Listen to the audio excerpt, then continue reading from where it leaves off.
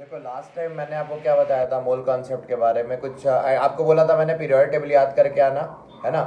और आपको बोला गया था कि पीरियोडिक टेबल के अलावा और क्या करके आना।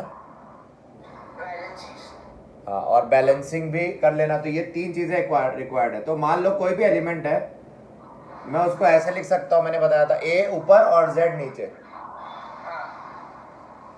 ए क्या होता है? Atomic mass.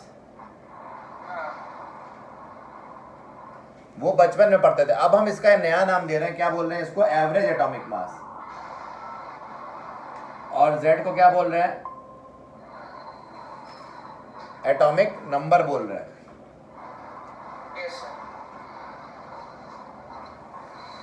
Atomic mass. अब यहाँ पे जो ए है, मान लो आपने सोडियम लिखा, तो सोडियम क्या लिखा रहता है? 23 और 11 ऐसे लिखा रहता है क्या? तो ये जो 23, ए की वैल्यू क्या होगी यहाँ पे? 23। हम बोलेंगे ये सोडियम का क्या है? एटॉमिक मास है। What does this 23 represent? Mass of one atom of sodium. कितने एटम का? 10 एटम, 20 एटम या एक एटम? करेक्ट। तो ये जो यूनिट हम लगाते हैं वह एक एक एटम के लिए, वो होती है यू, एएमयू। क्या लगाते हैं? एएमयू का मतलब होता है एटॉमिक मास यूनिट। ये तो ये कब लगाते हैं? जब एक एटम की बात हो रही हो। कितने एटम के? मतलब mass of one atom of sodium is nothing but how much gram, how much, not gram, gram में बात नहीं करेंगे हम, 23 एएमयू लिख देंगे। ठीक है, तो ये बात आपको नोट कर लेनी चाहिए कि अगर पीरियोडिक टेबल में कुछ भी लिखा है वो किस में दिया हुआ है। अगर वो एक एटम की बात हो रही है तो वो 23 एमयू उसका मास है। मतलब ये सोडियम का एक एटम था, ये हमारा सोडियम का एटम है, इसका मास हम कितना बोल रहे हैं? 23 एमयू। लिख लो।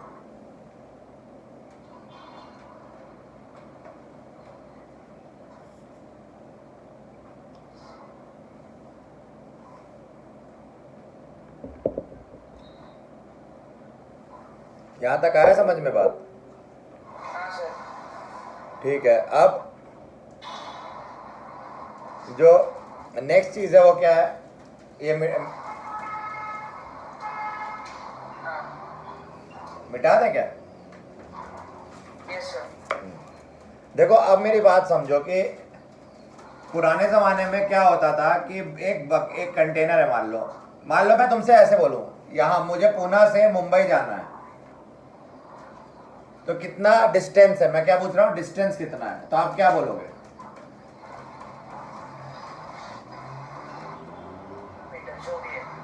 है? करेक्ट। मान लो जैसे 120 मान लेते हैं अभी के लिए, तो 120 किलोमीटर मान लिया अभी, है ना। अब 120 आपने किलोमीटर लिखा, आपने ये नहीं बोला कि 1,20,000 मीटर, ऐसे तो आपने नहीं बोला, आपने किलोमीटर बोला, क्योंकि वो कन्वीनियंट वे है आंसर करने का, है ना, कन्वीनियंट मेथड है। तो इसलिए हम बोलेंगे जब हम कन्वीनियंट यूनिट यहाँ चुन रहे हैं तो होता क्या है, जब हम कंटेनर में पार्टिकल्स होते हैं, कितने billions and billions of particle, इनको गिनना बड़ा मुश्किल हो जाएगा। कोई आपसे बोले कितना पार्टिकल है, तो आप क्या बोल पाओगे? क्या आप ये बोलोगे देयर आर 9, 8, 1, 3, 5, 6, 7, 2 ऐसे बोलते चले जाओगे क्या? नहीं ना। तो scientist wanted to find a convenient way to express the number of particles or atoms or ions in the atomic microscopic world। तो यहाँ पे क्या हो रहा था कि जैसे अभी इन्होंने फिर एक कॉन्सेप्ट लाया जिसको इन्होंने बोला मोल कॉन्सेप्ट। क्या बोला? मोल कॉन्सेप्ट में इन्होंने बोल दिया कि चलो हम बोल देते हैं जब भी whenever there will be 6.022 into 10 power 23 particles, तो उसको हम बोल देंगे क्या? 1 मोल पार्टिकल।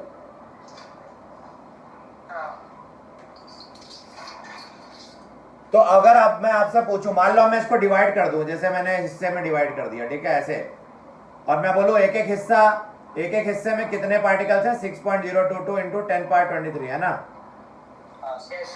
इसी तरह हर हिस्से में। तो बताओ कितने पार्टिकल, आपसे पूछा जाए कितने पार्टिकल है तो आप क्या बोलोगे?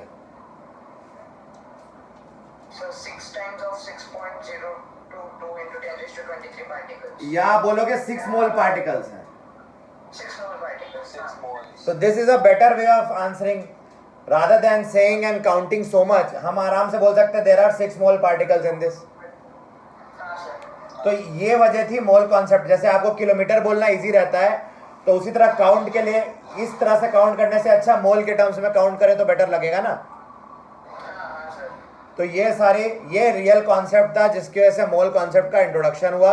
ऑब्वियसली इसमें और भी बहुत से एक्सपेरिमेंट्स हुए, स्पेक्ट्रोस्कोपी एक्सपेरिमेंट वगैरह करके इन्होंने पार्टिकल का नंबर निकाला होगा, जो भी किया होगा, लेकिन कॉन्सेप्ट यही है। कॉन्सेप्ट हमें समझना है ना।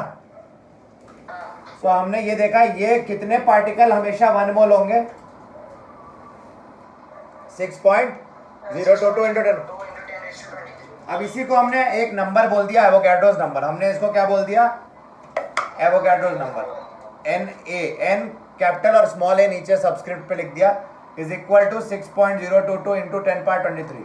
तो इस नंबर को हमने आराम से हमने क्या बोल दिया? एवोगैड्रोस नंबर बोलेंगे। एंड इट इज इसकी डेफिनेशन क्या है? It represents quantity in 1 mole of substance.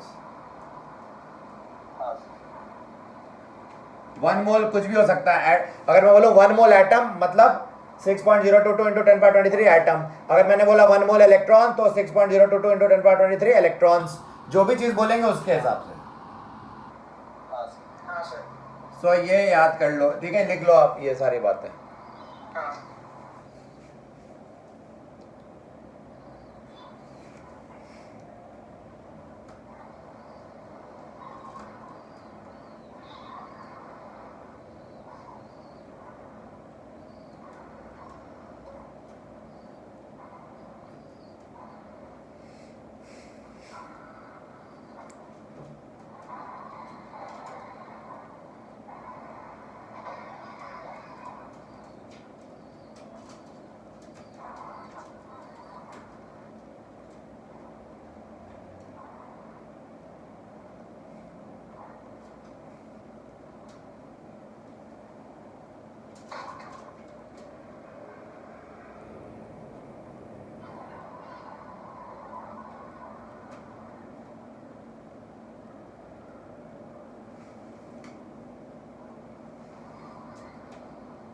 हो गया?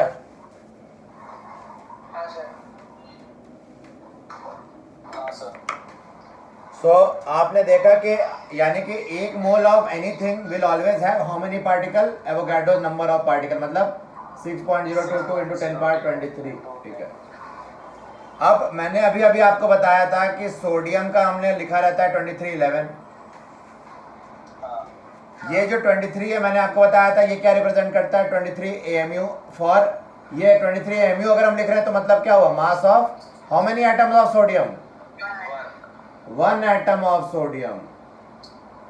लेकिन अगर मैंने इसको 23 ग्राम लिख दिया तो अब इसको बोलेंगे मास ऑफ 1 ग्राम एटम। नहीं, हाँ, 1 ग्राम एटम या 1 मोल ऑफ सोडियम।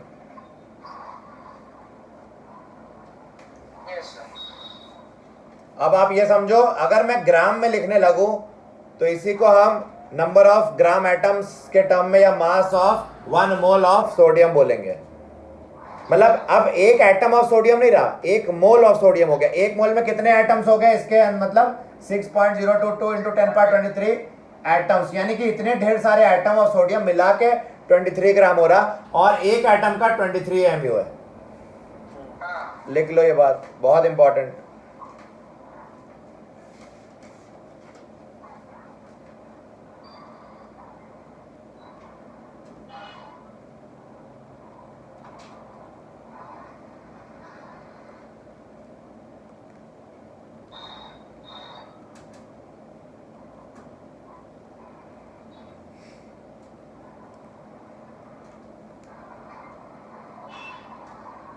यानी कि आपने सीखा कि ये जो नंबर पीरियोडिक टेबल में लिखा रहता है ये 2 चीजें बता सकता है। अगर मैं इसको एएमयू में लिख रहा हूं तो इसका मतलब वो उस एलिमेंट का एक एटम का मास है, और अगर मैं ग्राम में लिख रहा हूं तो उस एटम के एक एटम का नहीं है, 6.022 इंटू 10^23 एटम्स का मास है। तो अगर हम इसको डायग्रामेटिकली समझना चाहें और अच्छा विजुअलाइज होगा जिससे, तो डायग्रामेटिकली समझते हैं। मान लो ये हमारे पास सोडियम का एक टुकड़ा है, ये एक सोडियम का स्लैब है, और ऑब्वियसली इसमें कितने, मान लो ये 1 मोल कितना है सोडियम, 1 मोल सोडियम लिया हमने, तो इसमें कितने पार्टिकल होने वाले हैं, 6.022 इंटू 10^23 एटम्स ऑफ सोडियम, है ना, है कि नहीं? अगर मैंने 1 मोल सोडियम लिया है तो इसमें इतने एटम्स ऑफ सोडियम होने वाले हैं, और इसका मास कितना होने वाला है,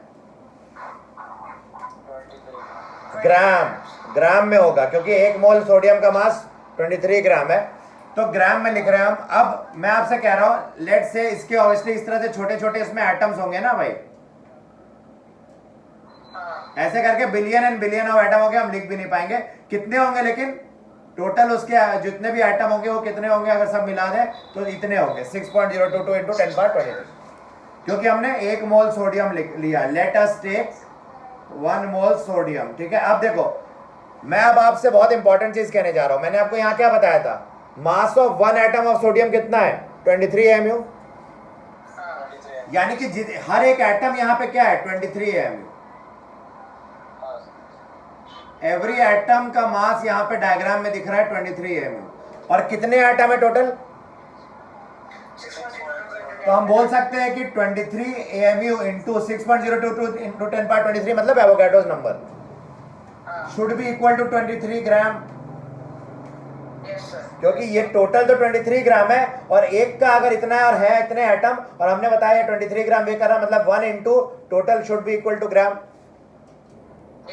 तो आपको एक बहुत इंपॉर्टेंट रिलेशन मिल गया एएमयू और ग्राम के बीच में, यानी कि हम बोल सकते हैं 1 AMU into Avogadro's number is 1 ग्राम, यानी कि हम ये भी बोल सकते हैं कि 1 AMU is nothing but 1 by Avogadro's number gram. तो हमें एक रिलेशन मिल गया एएमयू और ग्राम में, यानी कि x AMU will be x upon Avogadro's number gram. तो ये हम कन्वर्ट कर सकते हैं, जिससे कोई भी अगर वैल्यू एएमयू में दी है तो ग्राम में कर सकते हैं, ग्राम में दी है तो एएमयू में कर सकते हैं। तो वेरी इंपॉर्टेंट रिलेशन आपको मिल गया इस लॉजिक से। मैंने आपको अभी कॉन्सेप्ट सिखा रहा हूं, रटने की कोई जरूरत नहीं है, सिर्फ समझते जाओ।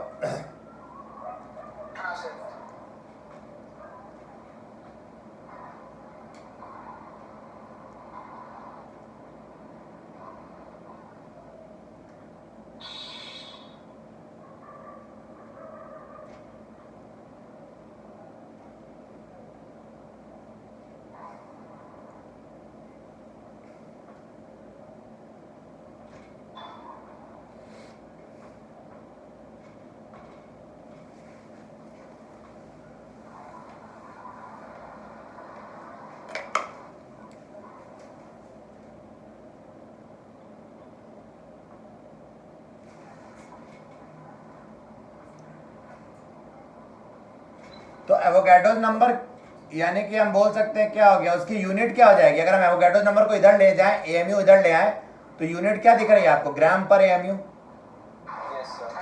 So unit of Avogadro's number हमें इससे पता चल जाता है, ग्राम पर एएमयू होता है।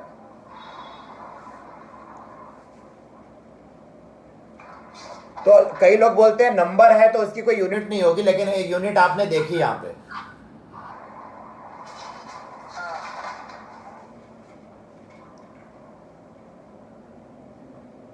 ठीक है, तो अभी हम अगर समराइज कर दें, मैंने अभी अभी क्या क्या बोला है, समरी देख लें जो अभी तक पढ़े हैं, जिससे आपको रिकॉल हो जाए कि 1 atom mass of 1 atom of कोई भी substance, of any substance will be, मान लो एक एक्स एटम है यहाँ पे और उसका ए और जेड है, ऐसे लिखा हुआ है, so it will be AMU, है ना।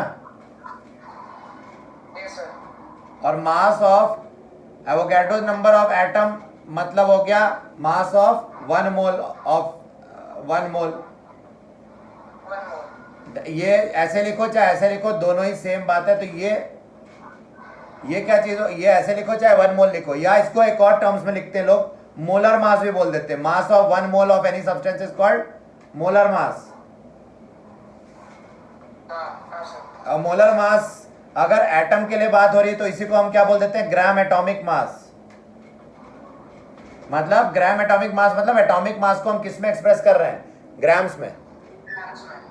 तो ये ग्राम एटॉमिक मास भी लिख सकते हो। तो ये इन चारों को कुछ भी लिखो, यहाँ पे 1 ग्राम अगर लिख रहे हो तो दिस इट विल मीन इनमें से कोई एक चीज ऐसे लिख सकते हो, है ना। तो आपने ये बहुत इंपॉर्टेंट चीज सीखी कि एक एटम का मास AAMU है, तो 1 मोल atom, 1 mole of that substance का मास 1 ग्राम होगा, या ऐसे बोलो mass of Avogadro number of atom का मास 1 ग्राम होगा, या इसको बोलो मोलर मास, क्योंकि मोलर वर्ड जब भी आएगा, मोलर मतलब 1 मोल के लिए। मैं बोलूं मोलर डस्टर मतलब 1 मोल डस्टर, ठीक है। तो ये आपको समझ में आना चाहिए। ये एटॉमिक मास इन ग्राम नहीं है, ये AMU में है, और ये एटॉमिक मास इन ग्राम है, और इसीलिए इसका नाम ग्राम एटॉमिक मास भी बोल दिया, और यही मोल के लिए हो गया, मोल के बराबर भी हो गया। अभी हमने जितनी बात की सब एक एलिमेंट के लिए की ना, ये जितनी हमने बातें की किसके लिए की, एलिमेंट के लिए बात की। कोई भी एक एलिमेंट जो पीरियोडिक टेबल में है उसके लिए बात की, कार्बन हो चाहे नाइट्रोजन हो चाहे सोडियम हो चाहे कोई भी एलिमेंट हो। तो अभी तक समरी करें तो ये बात की, और एक और बात की, क्या बात की कि 1 मोल में एवोगाड्रोस नंबर होते हैं, सब्सटेंस एवोगाड्रो नंबर होते हैं पार्टिकल्स के। 1 मोल में ही 1 ग्राम्स उसका मास होता है, जो भी उसके जो अगर ऐसा लिख रहा हो तो A ऊपर नंबर जो होता है वही उसका ग्राम में होता है। यानी कि ऐसे भी इनको भी रिलेट कर सकते हैं कि एवोगाड्रो नंबर में 1 ग्राम होता है। तो हमने एक फ्लो चार्ट टाइप छोटा सा बना लिया कि देखो एक रिलेशन मिल गया मोल में, मास में और नंबर में। मोल मास नंबर में एक रिलेशन मिल गया कि 1 मोल हमेशा 1 ग्राम होगा, ये मतलब जो पीरियोडिक में ऊपर लिखा रहता है, और वही हमेशा एवोगाड्रो नंबर के बराबर के पार्टिकल के मास के बराबर होगा, है ना। मतलब जितने एवोगाड्रो नंबर ऑफ पार्टिकल्स के मास के बराबर होगा, या एटम्स के बराबर के मास। चलो अभी हमने यहां तक सीखा है, अभी तक हमने और कुछ ज्यादा नहीं किया, इतना ही सीखा अभी।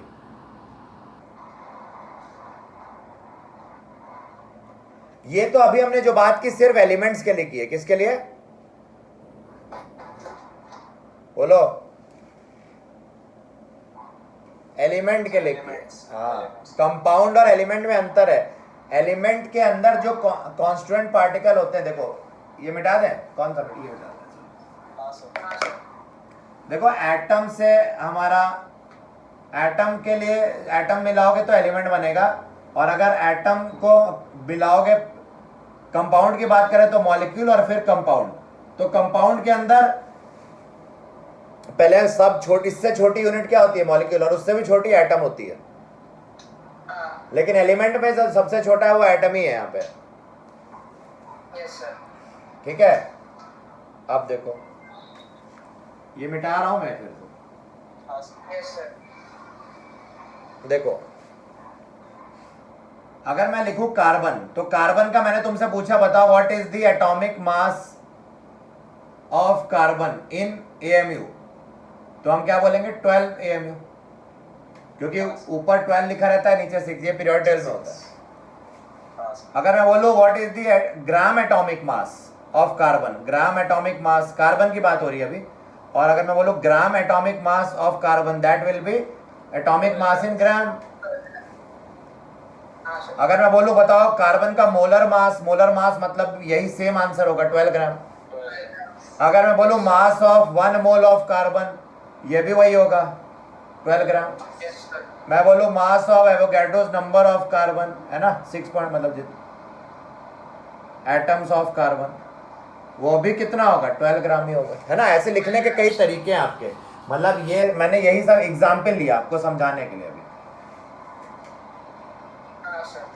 ये किसका एग्जाम्पल लिया हमने, एलिमेंट का एग्जाम्पल लिया। यानी कि आपने अभी अभी ये समझा ऊपर वाला।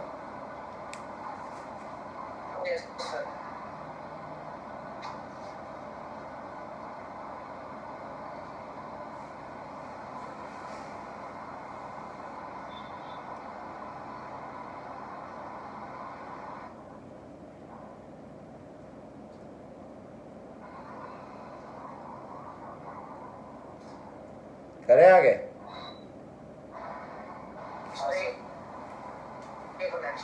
हाँ। अच्छा समझ में यहां तक आ रहा है कि नहीं, पहले ये बताओ, क्योंकि आगे बढ़ेंगे तो और कॉम्प्लिकेट होता जाएगा। यहां तक एकदम क्रिस्टल क्लियर होना चाहिए कॉन्सेप्ट। हाँ सर। यस ठीक है, इतने अच्छे से पहले समझा था कभी? नहीं सर। नहीं सर। एकदम डायग्रामेटिकली हमने समझा दिया, डिटेल में समझा दिया, अब तुम्हें विजुअलाइज होना चाहिए। ठीक है, तो हम आगे बढ़ते हैं अब, है ना। हाँ हाँ सर। अच्छा, आपका एक होमवर्क है छोटा सा, आपको 1/एवोगाड्रोस नंबर जो है इसकी वैल्यू फाइंड करनी है, मतलब मैथमेटिकल, मतलब आपको कैलकुलेटर से आप घर में क्या करोगे, यहाँ पे लिखोगे 6.022 × 10⁻, इसको सॉल्व करके बताओ ये कितना आता है।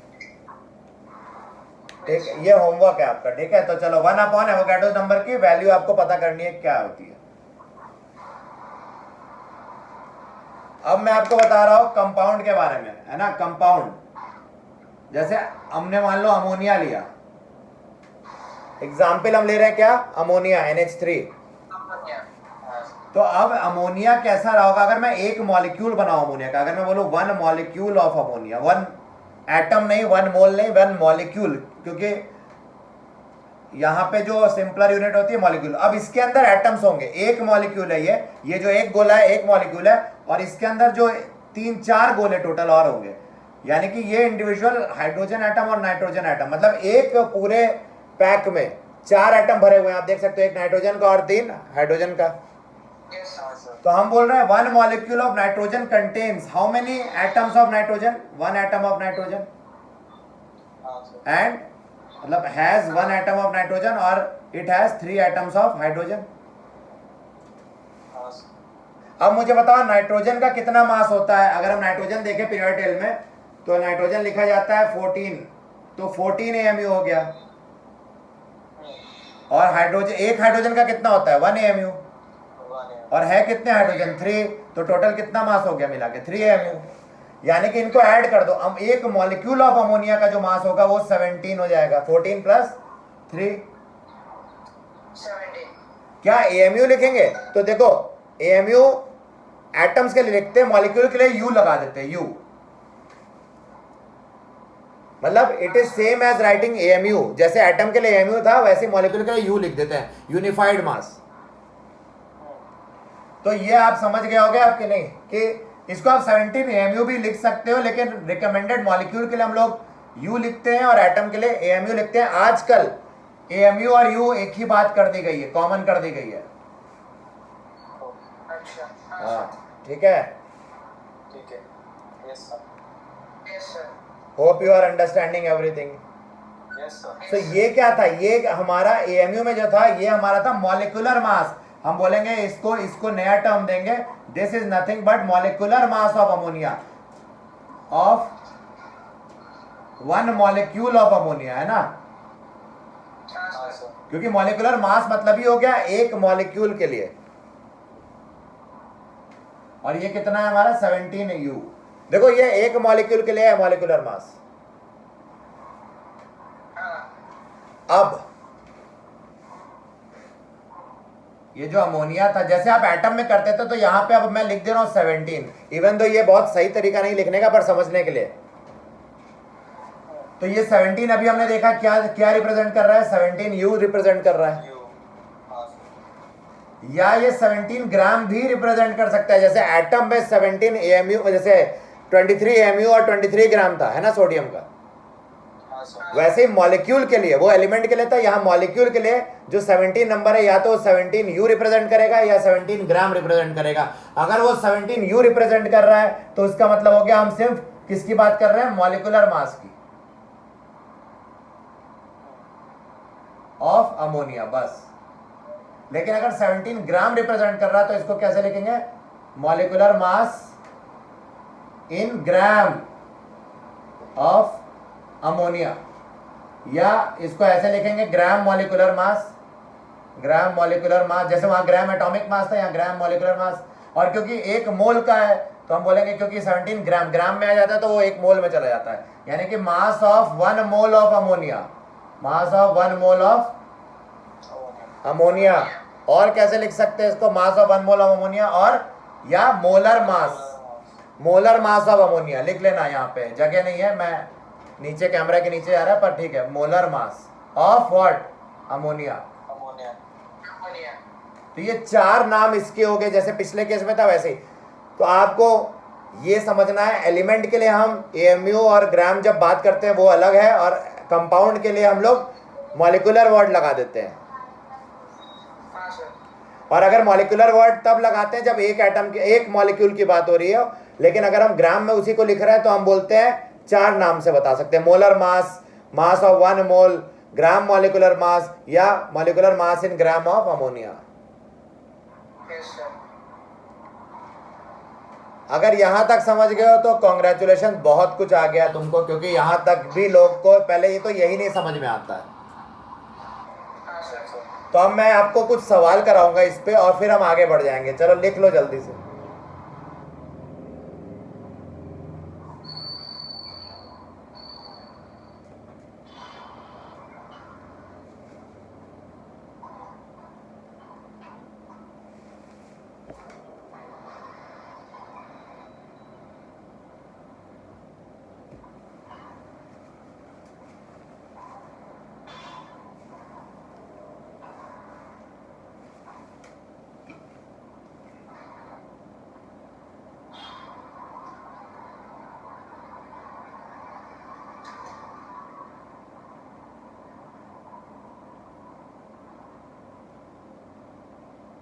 ठीक है, लिख लो जल्दी जल्दी, नहीं तो हाँ सर। स्क्रीनशॉट भी ले सकते हो। ठीक है, आगे में बिठा दें। हाँ सर।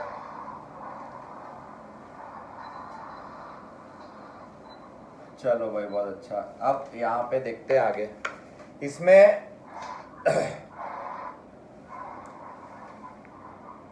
जैसे मैंने बोला व्हाट इज दी, आपको पूछा क्या what is the gram atomic mass, gram atomic मास, या चलो what is the atomic mass बोला गया ऑफ। अगर सिर्फ एटॉमिक मास पूछा है, कार्बन, ऑक्सीजन, नाइट्रोजन ऐसे करके, और एक क्वेश्चन है आपका what is the molecular mass of, molecular mass या मॉलिक्यूलर मास या वेट। देखो फिजिक्स में मास और वेट अलग अलग चीज होती है, केमिस्ट्री में मास और वेट सेम ट्रीटमेंट दिया जाता है। तो अगर यहाँ मॉलिक्यूलर वेट लिखे तो वही बात है, मॉलिक्यूलर मास ही समझना उसको। ठीक है,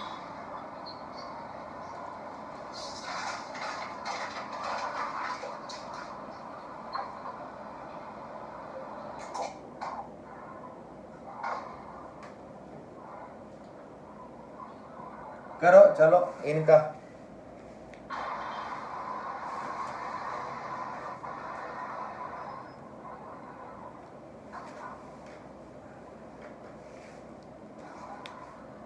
तो एटॉमिक मास ऑफ कार्बन क्या होता है, हम लोग पीरियोडिक में 12 लिखते हैं ना,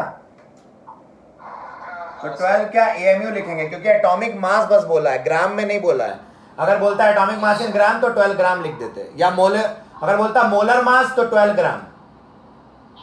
हाँ सर। ऑक्सीजन क्या हो जाएगा 16 एएमयू।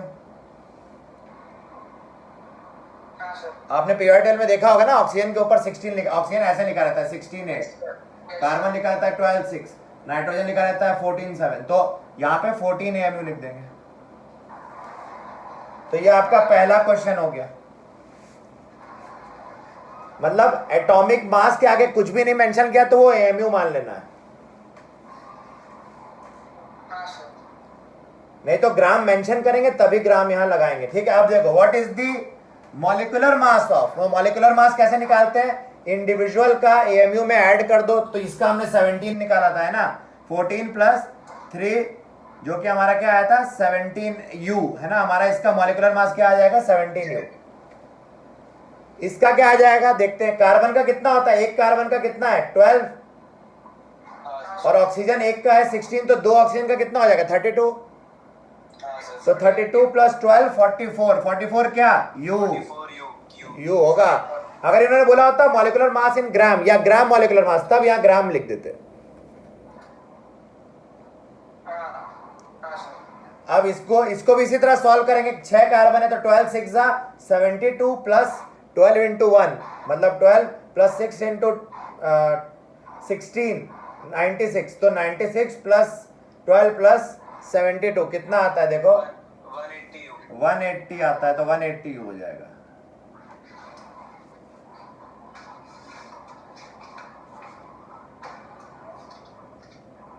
इसको करने के लिए इसका डबल कर दो और एक -18 कर दो, क्योंकि पानी देखो एक वाटर मॉलिक्यूल यहां से डबल करोगे तो कितने वाटर मॉलिक्यूल निकल गए? 24 होना चाहिए था और यहाँ 12 होना चाहिए था।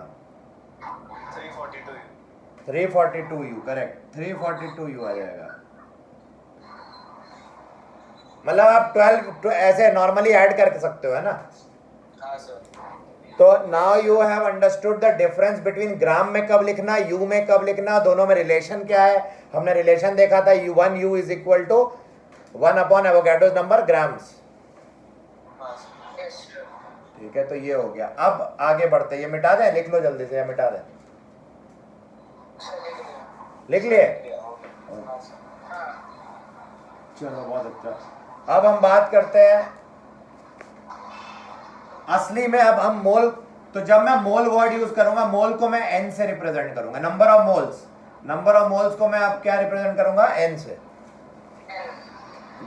Mass of substance, given mass या मास ऑफ सब्सटेंस जो भी होगा, मास ऑफ एलिमेंट हो चाहे कंपाउंड, जो भी दिया होगा उसको मैं W से रिप्रेजेंट करूंगा।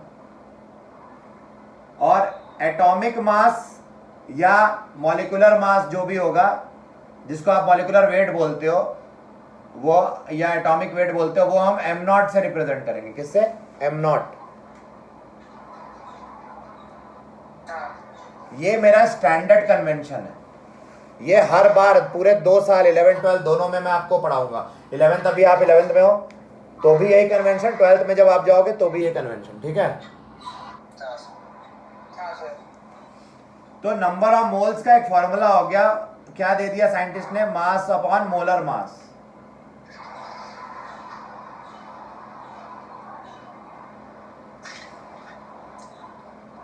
Given mass upon molar mass या मॉलिक्यूलर मास या एटॉमिक मास। अगर ये ग्राम में होता तो मोलर मास बोल देते हैं, या है ना, अगर ये चीज ग्राम में हो जाता। यहां पे याद रखना ये ग्राम में ही होगा। क्यों? क्योंकि मोल्स जब टर्म आ गया तो मोल्स का टर्म तभी डिफाइंड है जब यहां मोलर मास किस में हो? ग्राम में हो। Ground में. तो यहाँ पे हम इन दोनों को मिला के हम या तो इन ग्राम लिख दें, और इसको हम या तो ग्राम एटॉमिक मास बोले, ग्राम मोलर मॉलिक्यूलर मास बोले, या बोलते हैं मोलर मास। मोलर मास मतलब ही वो ग्राम में ही होगा। मोलर मास हमेशा ग्राम में ही होता है। तो ये m0 हो गया, है ना?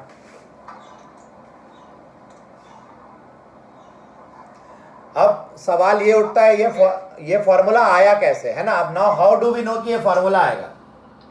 हाँ सर. तो हम आर्ग्यू क्या करेंगे कि हमें मालूम है m0 gram is the mass of, हम क्या लिखेंगे? m0 gram is the mass of how many atoms?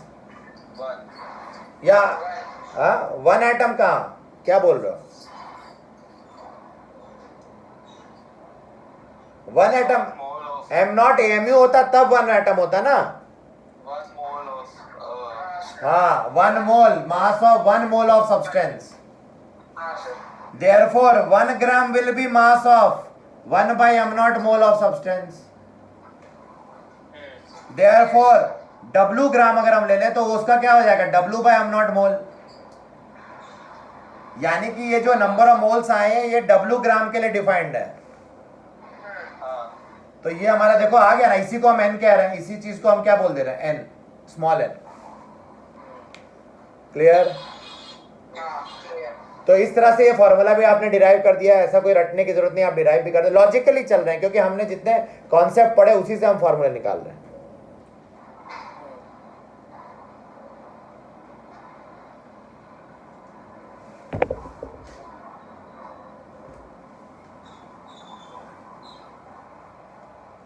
But अब बस एक और लास्ट चीज बताऊंगा, फिर आपका ये लेक्चर आज का खत्म कर दूंगा, क्योंकि बहुत ज्यादा आपको डिटेल में जाऊंगा तो आपको कंफ्यूजन भी हो सकता है। तो अभी के लिए ये और इसके ऊपर सवाल जितने क्वेश्चंस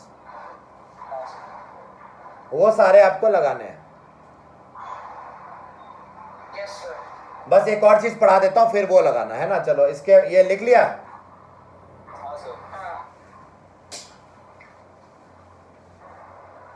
अगर मैं नंबर ऑफ एटम्स की बात करूं या पार्टिकल या मॉलिक्यूल, एटम हो चाहे मॉलिक्यूल, तो उसको मैं कैपिटल एन से डिनोट कर रहा हूं। और एवोगैड्रोस नंबर तो आपको मालूम है किससे डिनोट होता है, एन ए से। Yes, sir. तो एक और फॉर्मूला होता है नंबर ऑफ मोल्स, अगर एन एटम या मॉलिक्यूल दिया उसके लिए डिफाइंड है, small N is equal to capital N by Avogadro's number. हाँ सर। ये नंबर ऑफ मोल्स का दूसरा फॉर्मूला, जब अगर मास की जगह पार्टिकल्स का काउंट दिया हो, एटम या मॉलिक्यूल का काउंट दिया हो, तब ये फॉर्मूला लगाना है।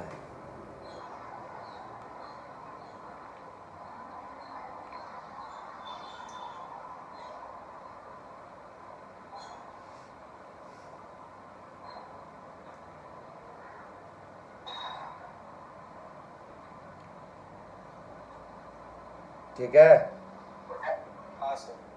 हाँ सर। इसको भी डिराइव कर देते हैं कि Avogadro's number is the number of particles in how many moles, 1 mole. So 1 atom और particle will be part of 1 by Avogadro's number mole. Therefore n atoms और पार्टिकल्स या molecule will be part of n by na moles. हाँ sir.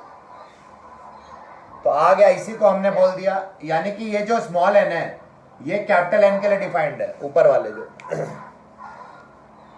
हाँ sir.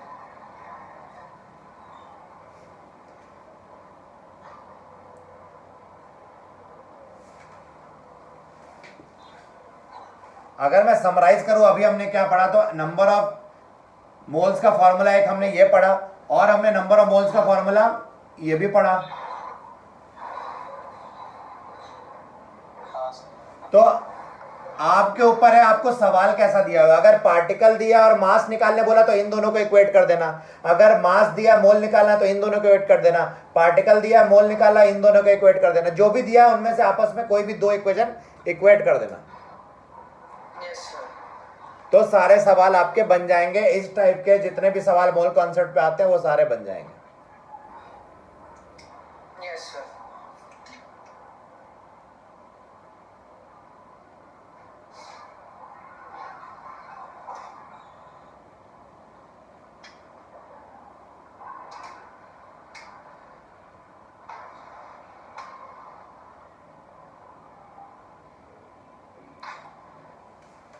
मिटा दे। हाँ sir.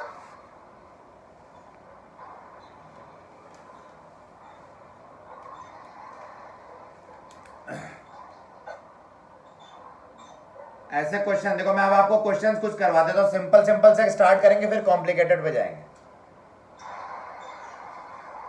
How many moles in are there in 24 gram of carbon, है ना। तो ये आपको गिवन मास है, मतलब सवाल में W दिया है कितना, 24 ग्राम।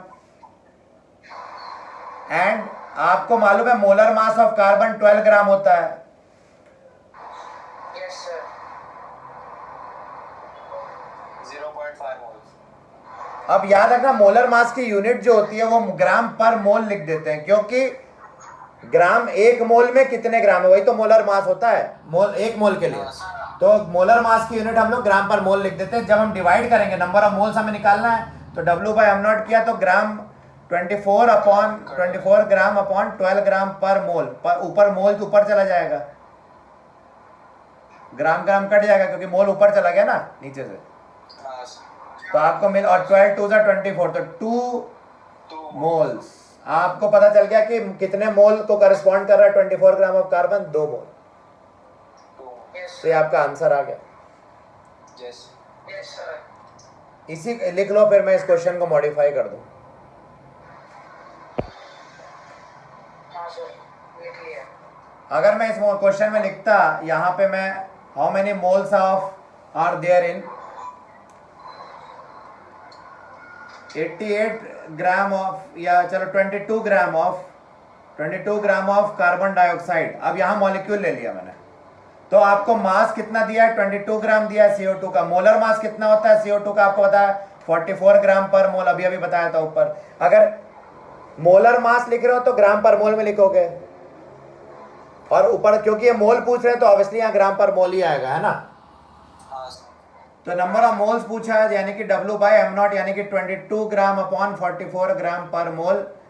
मोल ऊपर चला गया, ये 22 बाई 44 0.5 हो गया, 0.5 मोल आ गया आंसर। 0.5 मोल। यस। Yes, sir. ठीक है ना। तो ये एक कैटेगरी का सवाल मैंने अभी कौन से फॉर्मूला लगाए, अभी इन दोनों को इक्वेट किया अभी मैंने। हाँ। अब मैं चलता हूं नेक्स्ट कैटेगरी पे जिसमें मैं इसको और इसको इक्वेट करूंगा, ठीक है, थर्ड क्वेश्चन पे। तो मैं थर्ड क्वेश्चन है, how many atoms are there इन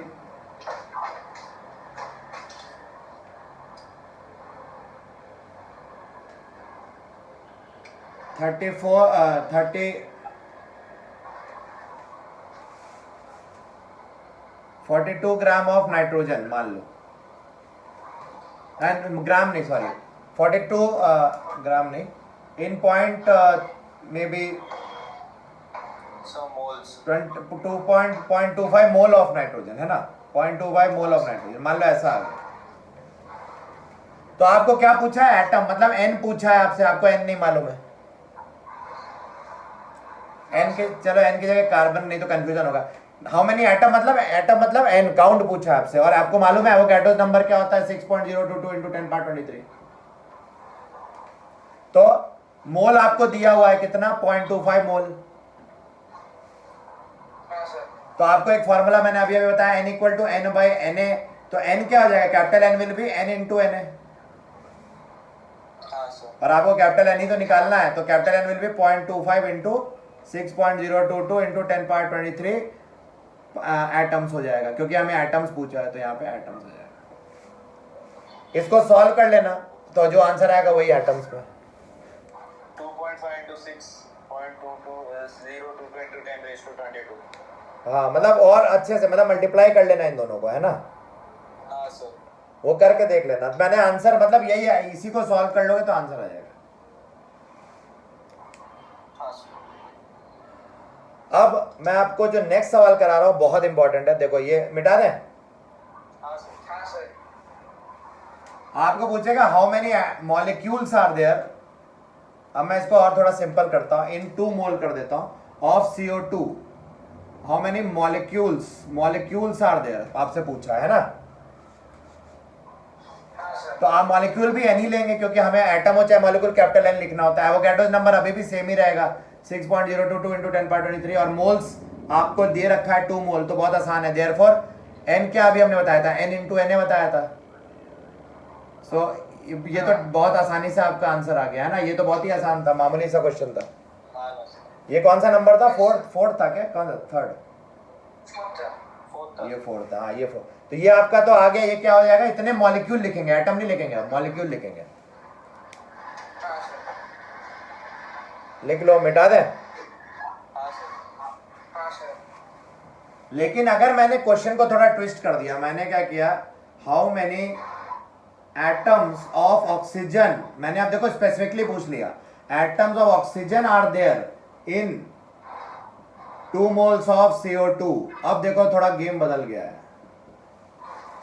मैंने मॉलिक्यूल ऑफ CO2 नहीं पूछा आपसे, मैंने पूछा atom of oxygen in 2 moles of CO2, है ना, ऐसा सवाल आ गया। हाँ। तो ये थोड़ा सा इंपॉर्टेंट है, स्टार मार्क कर रहा हूं। इस टाइप का अगर क्वेश्चन आ गया तो कैसे करेंगे, ये मिटा रहा हूं मैं नीचे वाला। देखो आप पहले निकाल लेना मॉलिक्यूल, जैसे हमने सिखाया था नीचे वैसे ही करना, क्योंकि ये जो n है, आप n को मान लो अभी मॉलिक्यूल ऑफ CO2। क्या मान लो, molecule of CO2, number of molecules of CO2। और Na तो आपको पता है क्या होता है, 6.022 इंटू 10^23, और स्मॉल n दिया हुआ है 2 मोल। तो ये कोई बड़ी बात नहीं, जैसे आपने पिछले केस में n इंटू Na किया था, वही करके आपने n निकाल लिया। n will B 2 into 6.022 into 10^23। क्या, मॉलिक्यूल्स ऑफ व्हाट, CO2। हाँ सर। यहां तक कोई दिक्कत नहीं है, पिछले वाले में भी ये किया था हमने। नहीं सर। अब आपसे, लेकिन इन्होंने ये नहीं पूछा CO2 के मॉलिक्यूल्स बताओ, इन्होंने बोला इतने मॉलिक्यूल्स में कितने ऑक्सीजन एटम है।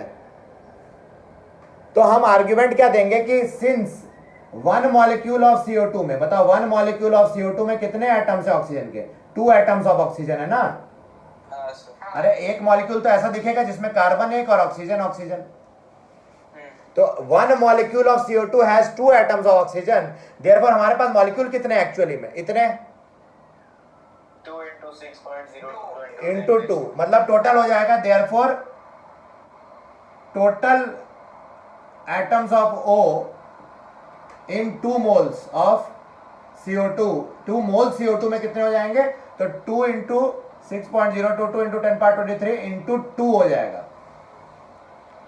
क्योंकि मतलब n इंटू 2 हो जाएगा। इस नंबर से 2 को मल्टीप्लाई कर देंगे, क्यों, क्योंकि एक मॉलिक्यूल में इतना तो इतने मॉलिक्यूल में कितना, दिस इंटू 2। हाँ सिंपल यूनिटरी मेथड है, समझा क्या? हाँ सर नहीं सर, एक मिनट। हाँ।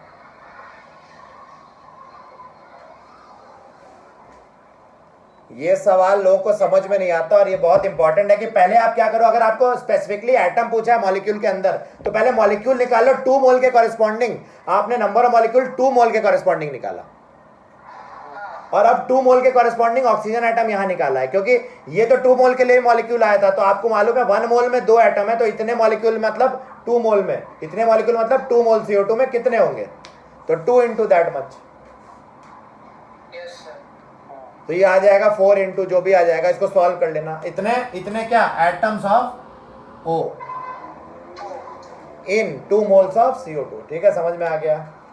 हाँ सर यस सर। ठीक है, तो आज का लेक्चर हम हाँ सर बेटा हो गया। तो आज का लेक्चर यहीं पे रोकते हैं, और काफ़ी आपको समझ में आया। मैं रिकमेंड करूंगा आप इन सारे सवालों को और इन सारे कॉन्सेप्ट को फिर से एक बार देखो और लगाओ, ठीक है? हाँ सर यस सर। फिर नेक्स्ट क्लास में हम इसके आगे के क्वेश्चंस कंटिन्यू करेंगे। Yes sir. चलो ठीक है, have a great day, enjoy, hope you are understand. कोई डाउट पूछना पूछ लो, पहले ही पूछ लो अभी। नहीं नहीं सर। गुड गुड, ठीक है, enjoy, have a good day, bye thank you sir bye, thank you, bye bye sir. Bye bye sir bye.